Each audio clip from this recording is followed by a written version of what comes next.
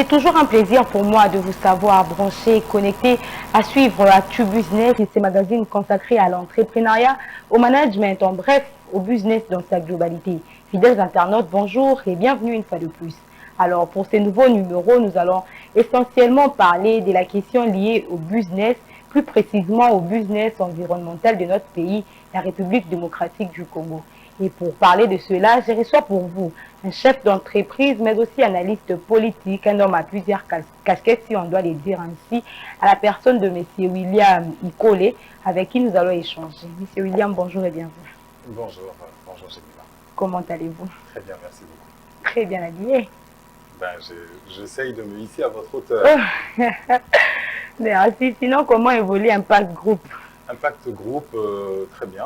Nous sommes en phase d'analyse, hein, donc nous travaillons d'abord à l'analyse de notre environnement, l'environnement sur lequel nous travaillons au niveau de la communication. D'accord. Et c'est bien William Ikolo et non Ikole. Ah ok, vous allez m'excuser. D'accord. C'est fait. Sinon, vous êtes l'une des personnes de la diaspora. Comment avez-vous jugé les fêtes ici à Kinshasa? Ah, les fêtes, merci beaucoup pour la question. Ben, c'est singulier, hein. C'est très particulier de vivre les fêtes à Kinshasa, la fête de Noël, déjà, parce que les fêtes en Europe se vivent bien plus intensément le 24 que le 25. Ah bon? Et ici, c'est vraiment le 25 qui est le jour de réjouissance et ça change. L'ambiance vous a plu? L'ambiance, évidemment, en notre pays, nous sommes le créateur de l'ambiance au monde, hein, donc c'est normal. Hein. Vous étiez où, à Bondage? Non. À Matongé, vous non, étiez où? Je l'ai fait sagement en famille, à Moudi. Ok. Donc, voilà. D'accord. Comme je l'ai dit à l'entame de l'émission, nous allons essentiellement parler du business environnemental de notre pays. Mais avant cela, j'aimerais qu'on puisse un peu revenir en arrière avec la COP26. Quelle lecture avez-vous fait des résolutions de cette COP? Merci beaucoup déjà pour le thème qui m'est très très cher. Je suis très impliqué, très engagé dans le business environnemental. D'ailleurs, c'est une des raisons qui nous ont poussé à créer Impact Group, hein, parce que nous voulons vraiment vulgariser la puissance environnementale de notre pays. Je pense que le Congolais ne prend pas assez conscience de la puissance que notre pays a au niveau mondial. Des scandales que nous constituons. Effectivement. Voilà pourquoi lorsque le président a porté la voix du pays et même la voix de l'Afrique au niveau de la COP26, cela nous a beaucoup réjouis parce qu'il a porté les aspirations de tout un peuple et même de plusieurs générations, notamment dans ce que l'on appelle les compensations carbone, c'est-à-dire ce que nous entendons avoir en contrepartie du carbone qui est émis ailleurs. Hein. Donc il faut savoir que et jusqu'ici, la tonne de carbone est compensée à hauteur de 5 $. Oui. Et à juste raison, le président de la République, son Excellence Félix Antoine Tshisekedi Tshilombo, estime que 5 $, c'est un montant qui est non seulement insuffisant, mais ce n'est pas réaliste. Hein. Effectivement, il propose de multiplier au moins par 20 la compensation carbone et donc de passer de 5 $ la tonne de CO2 à 100 $. D'accord. Sinon, est-ce que les avantages, les règles et autres, les résolutions, disons-les ainsi, sont profitables pour la RDC? Ça devrait l'être. C'est pour ça que je parle vraiment de conscientisation. Une fois que nous serons conscients du rôle que nous avons à jouer dans le monde, nous allons plaider pour valoriser notre pays parce que vous savez, dans cette affaire, c'est nous qui avons un intérêt à la cause. C'est nous qui devons les premiers monter au créneau pour faire en sorte que notre pays soit reconnu à sa juste valeur, ce qui n'est pas encore le cas. Je vous donne un exemple un peu technique. Hein. Les émissions de nitrates, par exemple, qui sont en grande partie émises par les pays riches, ces émissions de nitrates survolent comme ça la stratosphère et viennent se condenser dans les zones qui sont chaudes, comme en Afrique. Et donc, nous ne sommes pas les producteurs de ces nitrates-là, mais nous en sommes les victimes. Et donc, c'est nous qui devons savoir comment discuter par rapport à ces dégâts climatiques que nous subissons. Donc, jusque-là, vous pensez que la RDC ne joue pas pleinement son rôle du poumon d'Afrique, même de l'humanité? Non, mais en fait, naturellement, la RDC est un pays solution par rapport aux problèmes environnementaux. Il faut savoir que La RDC, c'est quand même 167 millions d'hectares de forêt, d'accord? Ce qui représente 60% de ce qu'on appelle le bassin du Congo. Un bassin qui est représenté par 7 pays, mais nous détenons 60% de ce bassin du Congo. Ce poumon forestier, il permet de rattraper, c'est-à-dire de capter jusqu'à 400 milliards, 140 milliards de tonnes de CO2 par année, ce qui est colossal. Ça revient à 3,5 années de pollution en CO2. Vous voyez, donc nous avons quand même un rôle majeur à jouer.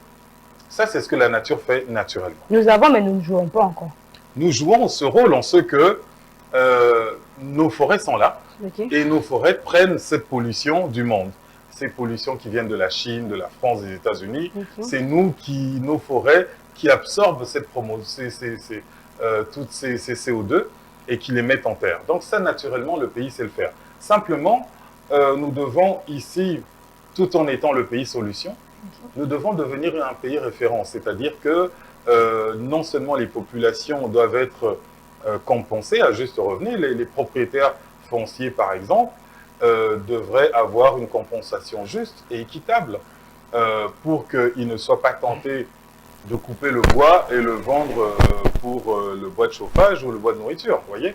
Donc pour ça, il est important que nous ayons des compensations au niveau international qui soient à la hauteur des enjeux et à la hauteur des risques, surtout du risque grave de réchauffement climatique qui risque d'arriver si rien n'est fait. D'abord, en parlant de la RDC comme étant pays solution, est-ce un slogan ou c'est une opportunité réelle? C'est une opportunité réelle et je dirais même que c'est quelque chose qui s'est toujours vérifié dans le temps. C'est-à-dire que la RDC comme pays solution, ça ne date pas d'aujourd'hui. Lorsqu'il s'agit... On l'a toujours étudié en géographie, la RDC comme scandale géographique. Et oui, et c'est la vérité. Regardez, je vous donne un exemple. Lorsqu'il s'est agi d'électrifier le monde, c'est-à-dire d'apporter la lumière, une fois que l'électricité a été maîtrisée par l'homme, il a fallu du métal qui soit de bon marché, parce que retenons que le cuivre n'est pas le seul métal qui conduit le courant. Oui. Il y a notamment l'or qui conduit beaucoup mieux et sans résistance par rapport au cuivre. Mais l'or est beaucoup trop cher, donc on a choisi le cuivre pour que le cuivre puisse ramener l'électricité partout. Jouer mieux le rôle. Alors, pourquoi je parle du cuivre? Parce que c'est très symptomatique de ce que la RDC représente. Grâce à la RDC, le monde entier a pu bénéficier de l'électricité. Paris, que vous voyez, la ville toute illuminée, n'est Paris que parce qu'il y a le cuivre de la RDC qui a permis de transporter tout ce cuivre. Qui a permis à Paris, mais qui n'a pas permis à la RDC. Voilà, vous arrivez, vous chutez exactement, j'arrive. C'est-à-dire que nous avons été le pays solution pour l'électricité dans le monde. En revanche, nous sommes encore à 10% d'électrification dans notre propre pays, alors que nous devions être les premiers bénéficiaires de notre cuivre. Il y a des provinces où ils voient à peine l'électricité. Voilà. Et nous ne voulons pas ce qui s'est passé avec le cuivre.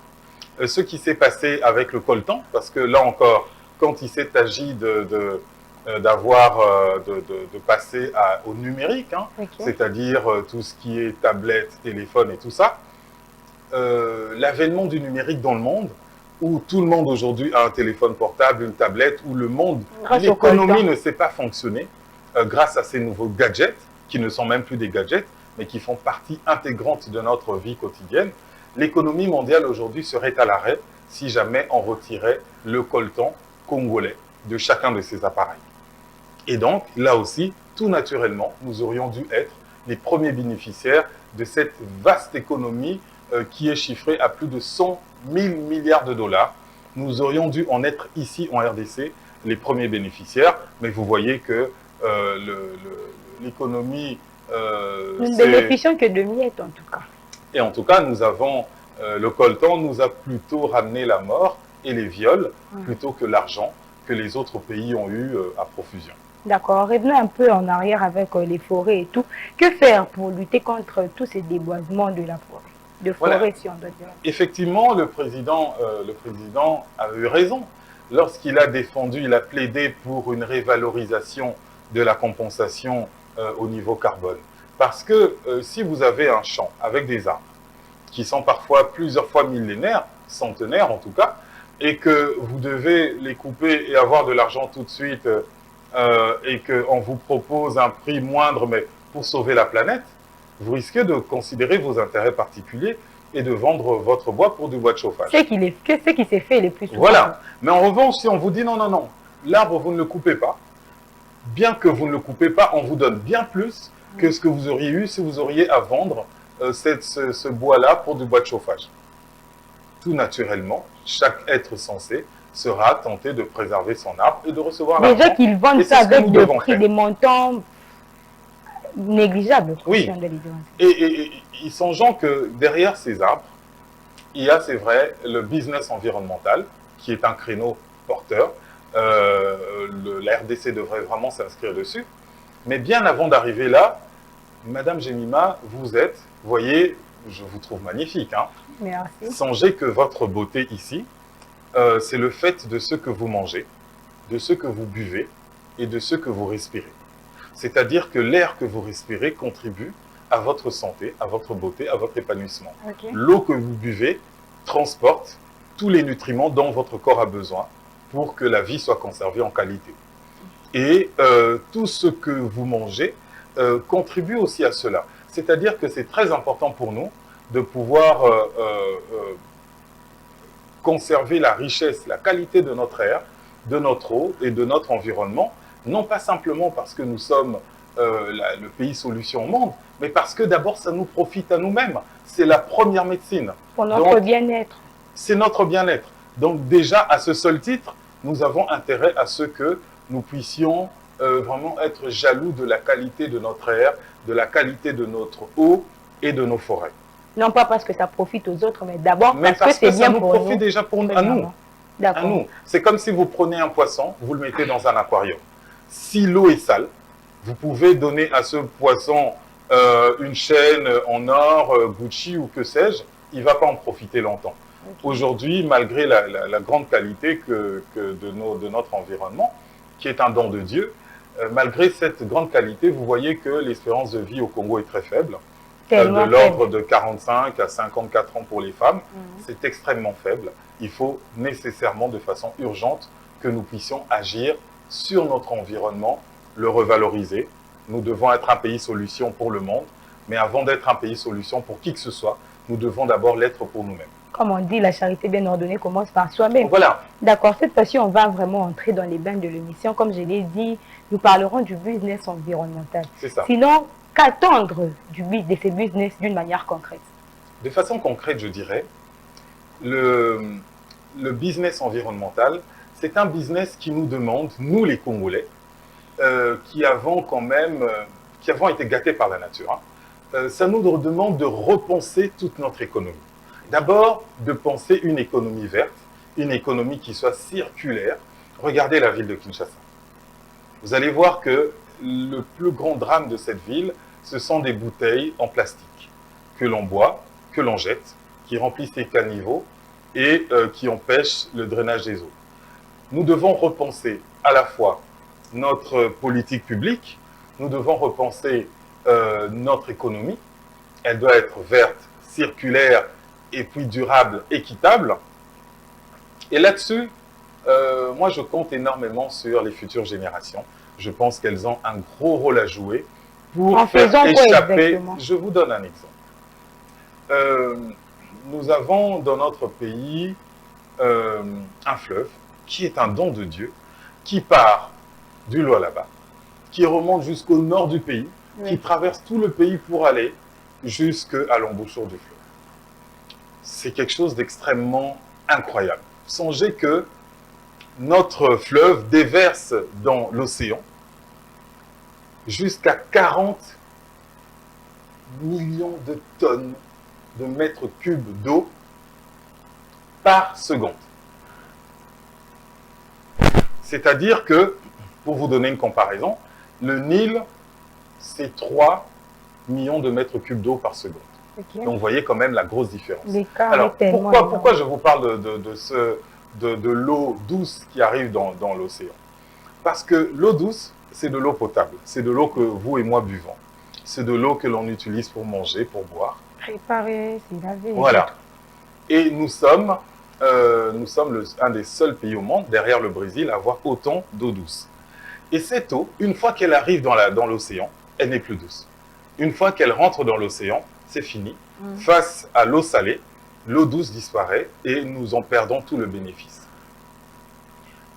Et donc, il est incroyable que, alors que le fleuve traverse comme ça tout le pays, nous ne puissions pas mieux exploiter notre eau et que nous ayons de telles quantités qui soient déversées dans l'océan.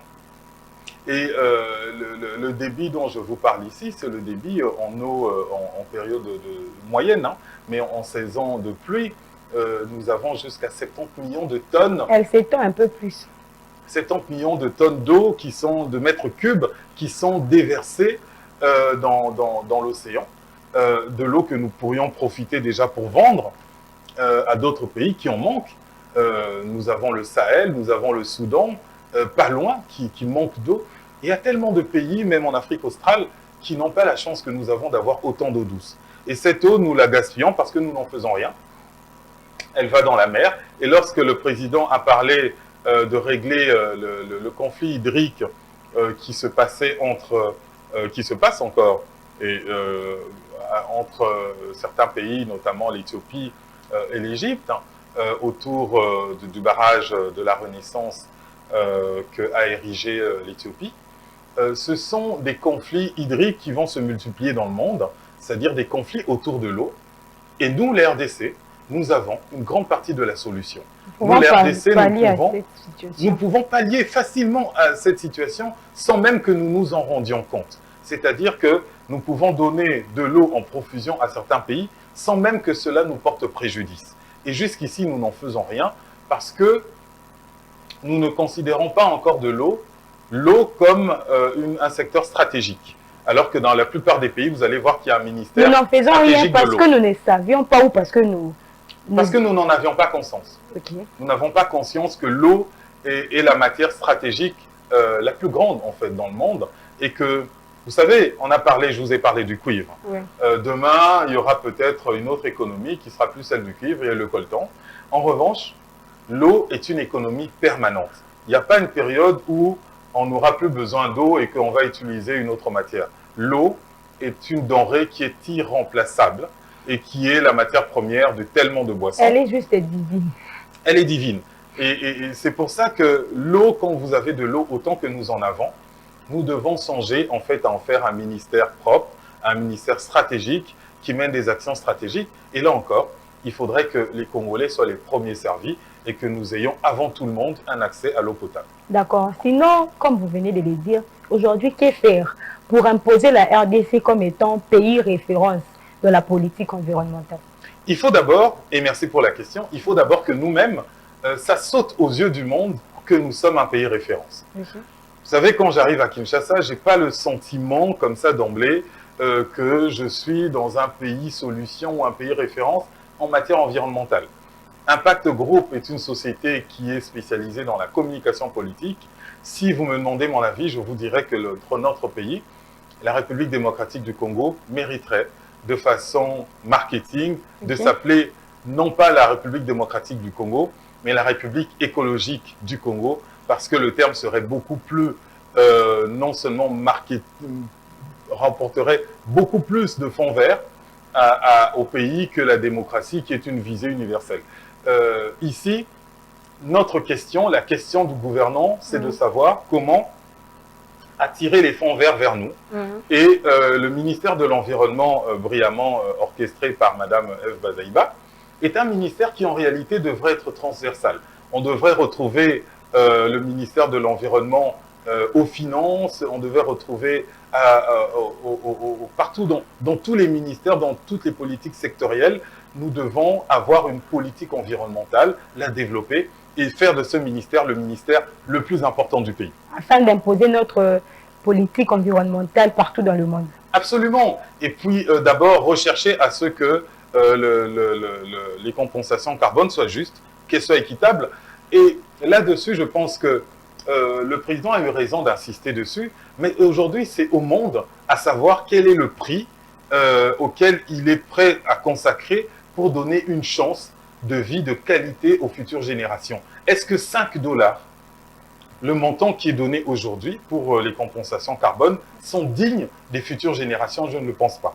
Arriver à 100 dollars, comme le propose le président, c'est un minimum, eu simplement par égard et par respect pour les futures générations. Eu égard à tous les avantages que vous venez d'évoquer en ce qui concerne l'environnement et tant d'autres, j'estime que pour arriver à cela, il faudrait avoir des personnes en matière. Pensez-vous que notre ministère, le ministère de l'Environnement, ait des personnes à sa juste valeur? Bon, je n'ai pas fait le tri, donc je n'aime pas beaucoup répondre comme ça. Maintenant, je veux dire que nous devons sensibiliser, former les gens dans ces matières. Hein. Oui, mais même pour ces jeunes-là qui viendront, ils doivent être de la matière. Oui, on c'est ne doit ça. pas prendre n'importe qui. Non, il ne faut pas prendre n'importe qui. Bon, moi qui vous parle, j'ai fait un master qui s'est consacré à cela en Belgique. Donc, ce sont des matières qui me passionnent, toutes les matières environnementales. Et je l'ai fait à dessein parce que je reconnaissais déjà notre pays, la RDC, comme étant un pays solution en matière environnementale, un pays qui ne jouit pas, qui ne reçoit pas le juste retour de ceux qui donnent au monde. C'est-à-dire que nous donnons beaucoup au monde et nous ne recevons que très peu. Il faut absolument que l'on déplace le curseur et qu'on le place à un endroit assez juste. Vous serez enchanté d'être le conseiller du ministère de l'Environnement. Pourquoi pas? Et je pense que le pays, ce qui est important, c'est de faire gagner le Congo. Okay. Ce qui est important, c'est de placer le Congo sur les bons rails, vers la bonne destination. Et si nous ne prenons pas notre rôle environnemental à cœur, c'est un rôle qui va nous tuer plutôt que de nous apporter des solutions. Je vous ai donné l'exemple du coltan. Si nous avions conscience que le coltan est une matière stratégique pour le monde, nous aurions formé rapidement des gens, nous aurions barricadé le pays au niveau sécuritaire, déjà dans les zones de l'Est, mais nous avons pris conscience trop tard. Et donc, les ennemis de la nation se sont engouffrés et aujourd'hui créent des milices, nous font la guerre à Béni ou autres, simplement parce que nous avons un environnement qui est riche et qui, voilà, nous sommes, comme le dirait le docteur Denis Mukwege, une bijouterie à ciel ouvert, ça attire des koulounas. D'accord. Sinon, l'émission est terminée, mais il y a une question qui me vient à l'esprit. Le président, lors de son discours du 13 décembre dernier, a évoqué la question sur l'opportunité des affaires. Mais avant cela, le président a promis de rendre les Congolais millionnaires. Pensez-vous que c'est possible ou que pouvons-nous attendre en termes d'opportunités ici en RDC? Mais le président a raison, je pense, sur ce point-là, de penser qu'il y a moyen. Vous savez, nous sommes un vaste pays avec plus de 80 millions d'habitants.